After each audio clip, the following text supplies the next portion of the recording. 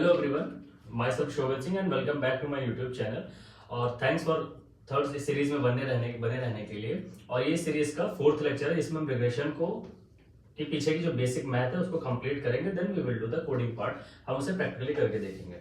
तो जैसा कि अभी तक जिन्होंने जो पहला वीडियो दूसरा और तीसरा देख चुके हैं उनको समझ में आ चुका होगा, और जिन्होंने नहीं देखा उनके लिए मैं कमेंट सेक्शन में इसको डिस्क्रिप्शन में मेंशन कर देता हूँ, आप लोग वहां से चेकआउट कर सकते हैं। अभी तक हमको ये समझ में आ गया है कि मशीन लर्निंग में हम करते क्या है। सुपरवाइज मशीन लर्निंग में हमारे पास डेटा सेट क्या होता है, लेबल डेटा सेट होता है, और हमारे पास एक मॉडल होता है।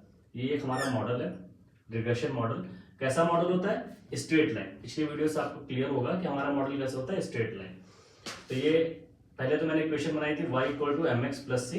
ये तो मैथमेटिकल इक्वेशन है, पर अगर हम इसको मशीन लर्निंग में अगर इसको मॉडल लिखने का तरीका होता है, बहुत डिफरेंट तरीके से लिखते हैं। तो इसका जो जनरली यूज तरीका है वो है F omega B equal to omega X plus C. कुछ नहीं, बस वही सेम है, ठीक है। प्लस बी, सी की जगह बी कर दिया और एम की जगह ओमेगा कर दिया, ठीक है। तो ये हमारा क्या मॉडल है, एफ ओमेगा बी। हम इसमें क्या करते हैं, इनपुट एक्स आई प्रोवाइड करते हैं और ये हमको क्या करता है, प्रेडिक्ट करके वाई आई देता है, और इसका नोटेशन होता है वाई आई कैप। ये हमारा मॉडल का काम होता है। तो लास्ट वीडियो से आपको ये क्लियर हो चुका होगा कि अगर हमारे पास कोई इनपुट है तो हम पहले उससे क्या करते हैं, मॉडल को इससे ट्रेन करते हैं। तो हम इसमें ट्रेन करते हैं, जैसे हमारे यहाँ पे हमारा क्या है, एक्स आई है, और उसी के करस्पॉन्डिंग हमारे पास वाई आई पहले से होता है। वाई आई क्या है, पहले से जो आउटपुट हमें प्रोवाइडेड रहता है, जो पहले से हम आउटपुट देते हैं मॉडल को। और वाई आई कैप क्या होता है, जब हम उसे कोई नया इनपुट देते हैं और वो खुद से उसका एक प्रिडिक्टेड आउटपुट देता है। तो वाई आई और वाई आई कैप में कंफ्यूज मत होइएगा, ठीक है। तो हमने क्या समझा था कि अगर हम एक्स आई और वाई आई अगर अपने मॉडल को ट्रेन होने के लिए देते हैं, तो मान लीजिए कि वो ट्रेन होके कुछ इस तरीके से होता है, डेटा पॉइंट्स हैं, और इसको हमने खुद से अपने आप से प्लॉट किया, जैसे सपोज दैट ये हमने प्लॉट किया। तो ये हमारे क्या हो जाएंगे, ये हमारे वाई आई है, ये भी वाई आई है, ये भी वाई आई है, और ये भी वाई आई है। वाई आई इक्वल टू 1 2 से जितने भी आपके एम एग्जाम्पल्स है।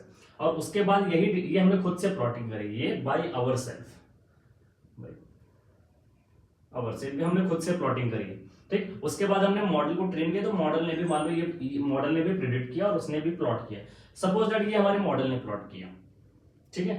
तो मॉडल के हमारे मान लीजिए आउटपुट क्या है, ये डिफरेंट आउटपुट है। तो ये हमारे क्या हो जाएंगे, वाई आई कैप हो जाएगा, ठीक है। तो हमने ये समझा था कि इसका मतलब हमारे मॉडल ने गलत सीखा है, इसके बीच में इतना गड़बड़ क्या, इतना गैप आ रहा है। हमें यही कम करना था कि एक्चुअल प्रिडिक्शन जो है, एक्चुअल डेटा सेट था, क्योंकि हमें पहले से क्यों मालूम है, क्योंकि वो डेटा सेट हमारे पास पहले से था, हर इनपुट का एक आउटपुट जो हमने अपने मॉडल को दिया था सीखने के लिए, ठीक है। तो उसका आउटपुट हमें पहले से मालूम है। फिर मॉडल से जब मॉडल सीख चुका और उसने खुद से भी अगर प्रेडिक्शन किया और हमने उसको प्लॉट किया, तो देखा उनके बीच में गैप था। इसका मतलब मॉडल ढंग से नहीं सीखा। और ये गैप किस पे डिपेंड करता है, स्ट्रेट लाइन की फिटिंग किस पे डिपेंड करती है, उसके पैरामीटर्स पे। पैरामीटर कौन है, ओमेगा और बी।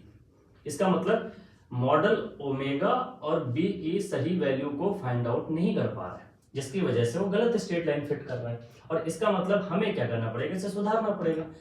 स्ट्रेट लाइन को इधर से शिफ्ट करके इधर लाना पड़ेगा, तभी तो बेस्ट फिट होगी। इसको करने के लिए हमें क्या करना पड़ेगा, ओमेगा और बी को चेंज करना पड़ेगा। ये चीज तो आपको क्लियर हो चुकी है। तो राइट ओमेगा और राइट बी हमें ढूंढना था। ये हमारे लास्ट वीडियो में यहीं तक हम लोगों ने समझा था कि हमें राइट ओमेगा और राइट बी की वैल्यू फाइंड आउट करनी। अगर मॉडल हमारा सही अच्छे तरीके से, जो हमारी मशीन है उसका ब्रेन अगर सही तरीके से ओमेगा और बी की वैल्यू फाइंड आउट कर लेता है, तो वो एक्चुअल स्ट्रेट लाइन को फिट कर देगा। जब वो फिट हो जाएगी तब तो कोई दिक्कत नहीं, तब आप नया इनपुट दीजिए, नया प्रेडिक्शन आउटपुट लीजिए। तो ये राइट ओमेगा और राइट बी को पहली बात हम लोग फाइंड आउट करना है। कैसे फाइंड आउट करते हैं, तो ये फाइंड आउट करने के लिए हमें ये देखना पड़ता है कि मॉडल ने एरर कितना किया। एरर का मतलब कितना एक्चुअल से वो दूर रहा है। तो ये फाइंड आउट करने के लिए हमने क्या पढ़ा था, कॉस्ट फंक्शन। क्या पढ़ा था, कॉस्ट फंक्शन, जिसको हमने नाम दिया था जे ऑफ ओमेगा कॉमा बी। वो क्या था, 1/2m समेशन, इसका फॉर्मूला लिख देता हूं। आई कहां से जाएगा, 1 से लेकर जितने आपके ट्रेनिंग एग्जांपल हैं m, और कितना इन दोनों के बीच में कितना गैप है, वाई आई कैप और वाई आई में। तो हम लिखेंगे वाई आई कैप, वाई आई लिख देता हूं इधर सिंपल वाई आई, और माइनस वाई आई कैप का होल स्क्वायर। ये हमारा होता है कॉस्ट फंक्शन का फॉर्मूला। कॉस्ट फंक्शन फॉर्मूला हो गया, इसके डिफरेंट डिफरेंट नाम्स होते हैं, loss function, square error function, different types of other names भी होते हैं। ये चीज क्या बता रहा है? डिस्टेंस किसके बीच में? एक्चुअल और प्रेडिक्टेड के बीच में। एक्चुअल जो हमें पहले से मालूम था, प्रेडिक्टेड जो हमारे मॉडल ने प्रेडिक्ट किया उसके बीच में। 1/2m का जो फैक्टर है वो हमने जानबूझ के यहाँ पे रखते हैं कि बाद में हमें इसमें कुछ मैथमेटिकल ऑपरेशंस करने होते हैं, जिससे क्या होता है 2m का फैक्टर अपने आप कैंसिल आउट हो जाता है। अभी समझेंगे इसी वीडियो में। समेशन क्या है? टोटल एरर निकाल रहा है कि इस वाले प्रेडिक्शन के लिए कितना एरर है, इतना एरर है, इस वाले प्रेडिक्शन के लिए कितना एरर है, इतना, इस वाले के लिए इतना, और इसके लिए इतना। तो टोटल एरर कितना है? इतना एरर हमारे मॉडल ने करा, हमारी जो मशीन का है उसने, ब्रेन ने जो सीखा उसने इतना एरर किया है। तो ऑब्वियस अब हमारा मेन गोल क्या बन चुका है? मिनिमाइज करना। मतलब इस एरर को क्या करना है? मिनिमाइज करना है, कम से कम एरर हमारा मॉडल करे। तो एक तरीके से मैं आपको गोल आपको फिट कर देता तो आपको अच्छे से समझ में आ जाएगा हमारा गोल क्या है। बेसिकली हमारा गोल है, हमारे पास मॉडल आ चुका है, एक बार मैं लिख देता हूं मॉडल। हमारे पास मॉडल क्या है? एफ ओमेगा बी, जो कि क्या है? एक स्ट्रेट लाइन है, इक्वेशन है omega X plus B, omega X I plus B. F omega B का मतलब होता है एक फंक्शन जो कि ओमेगा और बी पैरामीटर्स पे चल रहा है। तो हमारा मॉडल ये है, गलती सारी सब कुछ पैरामीटर्स क्या? ओमेगा और बी। ठीक, कॉस्ट फंक्शन हमें मिल गया जे ऑफ ओमेगा कॉमा बी, मतलब एरर कितना कर सकता है वो हम यहां से फाइंड आउट कर लेंगे। और हमारा गोल हो चुका है इसको मिनिमाइज करना, इसको सबसे कम वैल्यू पे लेके आना। तो हमें जे ऑफ ओमेगा कॉमा बी को मिनिमाइज करना है। तो जे ओमेगा बी को मिनिमाइज करने के लिए हम एक तरीके का एल्गोरिदम यूज करते हैं। मैं इधर लिखता हूं, वो जो एल्गोरिदम है इसको मिनिमाइजेशन एल्गोरिदम मैं समझ लेता हूं। इसको आप ऐसा नहीं कि सिर्फ इसी को मिनिमाइज करते हैं, हम किसी भी तरीके के फंक्शन को मिनिमाइज कर सकते हैं इस एल्गोरिदम का यूज करके, जो कि जिसका नाम आपको पहले से ही मैंने लिख रखा है, that is gradient descent algorithm. In short form हम इसको जीडीए भी बोलते हैं, कि हम इसमें जीडीए एल्गोरिदम लगाएंगे। जीडीए एल्गोरिदम का आपको हम एसेंस समझा देता हूं होता है। पहला वर्ड है ग्रेडियंट। देखो जो भी पढ़ रहे हो उसका हर एक वर्ड का अगर मतलब आपको पता है तो बहुत ही सिंपल है उसको समझना। फिर दूसरा वर्ड है डिसेंट, और फिर तो एल्गोरिदम। एल्गोरिदम का मतलब सेट ऑफ रूल्स, कि कौन कौन से आपको रूल्स फॉलो करने हैं। ग्रेडियंट डिसेंट का मतलब समझते हैं। ग्रेडियंट को मैथ के टर्म में बोलते हैं rate of change. Rate of change कि कितना चेंज होगा। ठीक, डिसेंट का मतलब होता है डिसेंडिंग से लिया गया है, मतलब उल्टा। उल्टा का मतलब क्या होता है? जस्ट समझ, एक एनालॉजी लेके आपको समझाता हूँ। एनालॉजी बहुत सिंपल है कि हम एक एनालॉजी लेके ये समझाते हैं, जैसे समझ लीजिए कि एक पहाड़ है और आप यहाँ पे खड़े हैं, ठीक है, आपको पहाड़ के टॉप पे जाना है। अब पहाड़ का एक फंक्शन है, मान लीजिए इसकी कुछ हाइट है h और उसका फंक्शन है h ऑफ x, आपको उसका फंक्शन दे रखा है। तो एक नॉर्मल जो ट्रैकर होगा वो तो सीधा चढ़ना स्टार्ट कर देगा, ठीक है। फिर वहां पे सबसे ग्रैंड एंट्री कौन मारेगा? मैथमेटिशियन। मैथमेटिशियन क्या करेगा? उसका फंक्शन अगर उसको मालूम है तो निकालेगा, उसका अगर उसके पास फंक्शन है तो वो क्या करेगा? उसका ग्रेडियंट निकालेगा। एक्चुअल में ग्रेडियंट निकलता है डेरिवेटिव का, डेल बाई डेल ऑफ, अगर x का फंक्शन है तो del of x of hx, मतलब डेरिवेटिव निकालते हैं, पार्शियल डेरिवेटिव। लेकिन अगर हमारे पास एक सिंगल वेरिएबल होता है तो हम फुल डेरिवेटिव निकालते हैं, D by D x of h of x, उसका डेरिवेटिव निकालेगा। क्यों? ग्रेडियंट क्या बताता है? Rate of change. अब रेट ऑफ चेंज किस डायरेक्शन में मैक्सिमम होता है, ये एक्चुअल में इसकी डेफिनेशन होती है कि रेट ऑफ चेंज किस डायरेक्शन में मैक्सिमम होगा। ठीक, तो यहां से क्या करेगा? इस पॉइंट से ग्रेडियंट निकालेगा, इसको मालूम पड़ जाएगा कि इस डायरेक्शन में मैक्सिमम है तो इतना चढ़ेगा, फिर निकालेगा, फिर चढ़ेगा, फिर निकालेगा, फिर चढ़ेगा, फिर ऐसे इस तरीके से करके सबसे जल्दी ये टॉप पे पहुंच जाएगा। इसका मतलब आपको क्लियर है कि ग्रेडियंट का काम होता है किस डायरेक्शन में चेंज मैक्सिमम होने वाला है। डिसेंट लगाने से क्या हो जाएगा? उसका उल्टा, आपको वापस जाना है, मतलब आप एक तरीके से टॉप पे हैं और आपको जल्दी से नीचे पहुंचना है, और हमें यही करना है। क्यों? हमें करना है मिनिमाइज, उसकी वैल्यू को सबसे मिनिमम वैल्यू पे लाना है, उसकी वैल्यू को सबसे मिनिमम वैल्यू पे लाना। तो हम क्या करते हैं? ग्रेडियंट डिसेंट एल्गोरिथम लगा रहे हैं। पहले तो हम ग्रेडियंट कैलकुलेट करेंगे किस डायरेक्शन में मूव करना है, और डिसेंट का मतलब उल्टा, नीचे सबसे मिनिमम वैल्यू की तरफ हमको जाना है, इसीलिए इसका नाम है ग्रेडियंट डिसेंट एल्गोरिथम। अब आपको समझ में आ गया होगा। ये सब पढ़ने का मतलब सिंपल यही है कि डेटा सेट प्रोवाइड करने के पीछे मॉडल में क्या चल रहा होता है। वरना सिंपल तरीका भी वीडियो के एंड में बता दूंगा आपको, जो 2 मिनट में आपको मशीन लर्निंग का पहला रिग्रेशन तुरंत कंप्लीट कर लेगा। प्रोजेक्ट उठा लीजिए, कैटल से बना लीजिए, ठीक है। ये तो आपको क्लियर हो गया ग्रेडियंट डिसेंट करता है, ठीक है। एक्चुअल में हमें क्या करना होता है? जैसे मान लीजिए कि हमारे पास एक पहली बात तो मैं जीडीए का पूरा फुल एल्गोरिथम लिख देता हूँ, फिर हम इसकी बात करते हैं। तो जीडीए दिखता कैसा है? जीडीए एल्गोरिथम का मतलब होता है, इसको जब हम कोड के फॉर्म में लिखते हैं तो ऐसे लिखते हैं, repeat until convergence, repeat until convergence, मतलब जब तक कन्वर्ज ना हो जाए तब तक आप इसको रिपीट करते रहो। क्या कन्वर्ज करना है? Omega equal to omega minus alpha del of del omega J of omega comma B, और B equal to B minus alpha del of del omega J of omega comma B. यहाँ पे assignment operator use होता है। Assignment operator मतलब value assign करेगा, और एक तरीके से हम इसको साइमल्टेनियसली अपडेट करते रहते हैं। यहाँ पे लिख देता हूं साइमल्टेनियसली, साइमल्टेनियसली अपडेट। किसको अपडेट करना है हमें? ओमेगा और बी को। ये होता है ग्रेडियंट डिसेंट एल्गोरिथम जो हम यूज करते हैं। अभी करता कैसे समझिएगा। देखिए मैंने क्या बोला था, ग्रेडियंट निकालने के लिए आपको डेरिवेटिव निकालना पड़ेगा। वो डेरिवेटिव का टर्म यहाँ पे यूज हुआ है, ठीक। एक ये डेरिवेटिव, ये क्या हमारा gradient, this is called as gradient. मैं इसको ऐसे ले जाके यहां से यहां मिला देता हूं, ठीक है। This is gradient.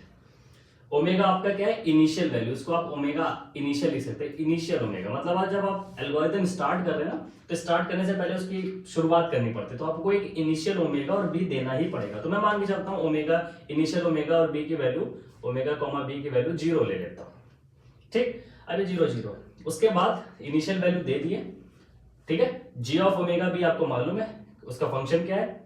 ये है।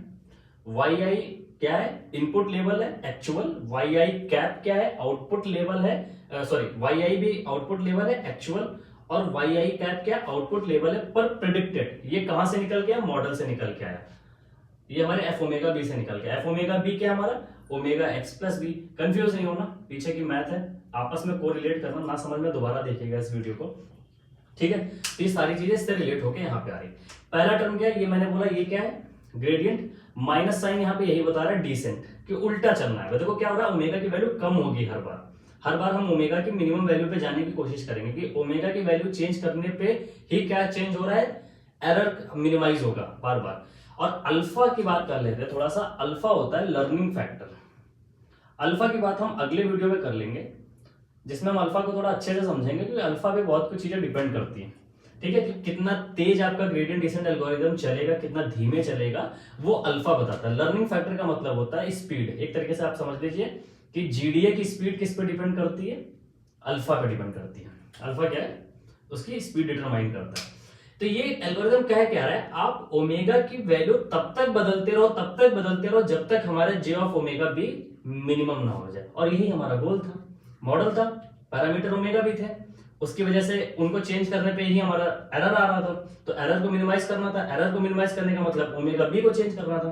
तो हम वही यहीं पे सारा काम कर रहे हैं। हम ओमेगा बी को बार बार चेंज करेंगे, बार बार चेंज करेंगे, अंटिल जब तक हमें ऐसा ओमेगा और बी ना मिल जाए जिसके लिए जे ओमेगा बी की वैल्यू मिनिमम हो जाए।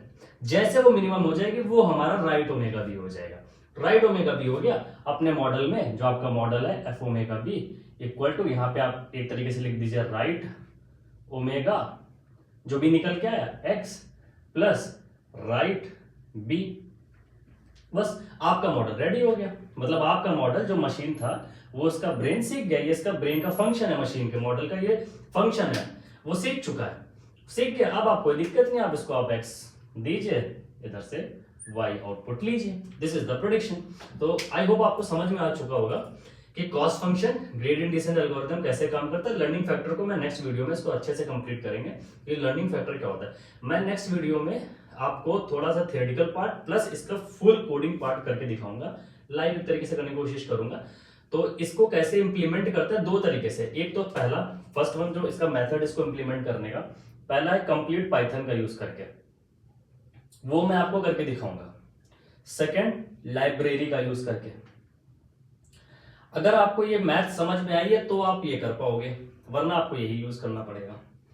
इसीलिए कहते हैं कि जो भी एल्गोरिदम है ना उसके पीछे की मैथ समझ लेनी चाहिए। तो आप जो भी इसमें लाइब्रेरी में भी मॉडल रखे होंगे ना उसमें भी यही सारी मैथ यूज हुई होगी। उसमें पहले से ही कॉस्ट फंक्शन निकाला होगा, फिर उसको मिनिमाइज करने का भी एल्गोरिदम, सारी उस लाइब्रेरी के अंदर, उस मॉडल के अंदर सब कुछ रखा होगा पहले से ही। तो आपको करना नहीं पड़ता, आपको समझने की जरूरत नहीं पड़ता।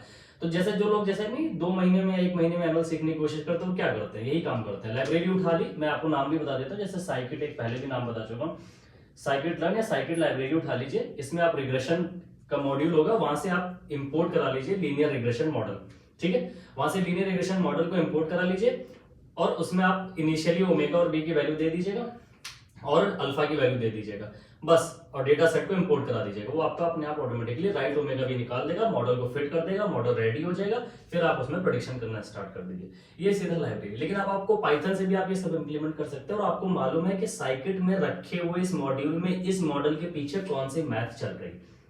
तो इन कंक्लूजन आपको मैं ये समझा सकता हूं, हमारे पास मॉडल है, मॉडल का मतलब मशीन, उसका ब्रेन मतलब ब्रेन जो है ना वो कैसे सीख रहा है उसका हम एक फंक्शन बनाते हैं, जो कि हमने यहाँ पे स्ट्रेट लाइन लिया, क्योंकि मॉडल क्या हमारा लीनियर रिग्रेशन, तो लीनियर है तो स्ट्रेट लाइन मैंने लिए, स्ट्रेट लाइन को सिखाना है। अब उसको मैंने क्या दिया, इनपुट डेटा दिया, उसने सीखा।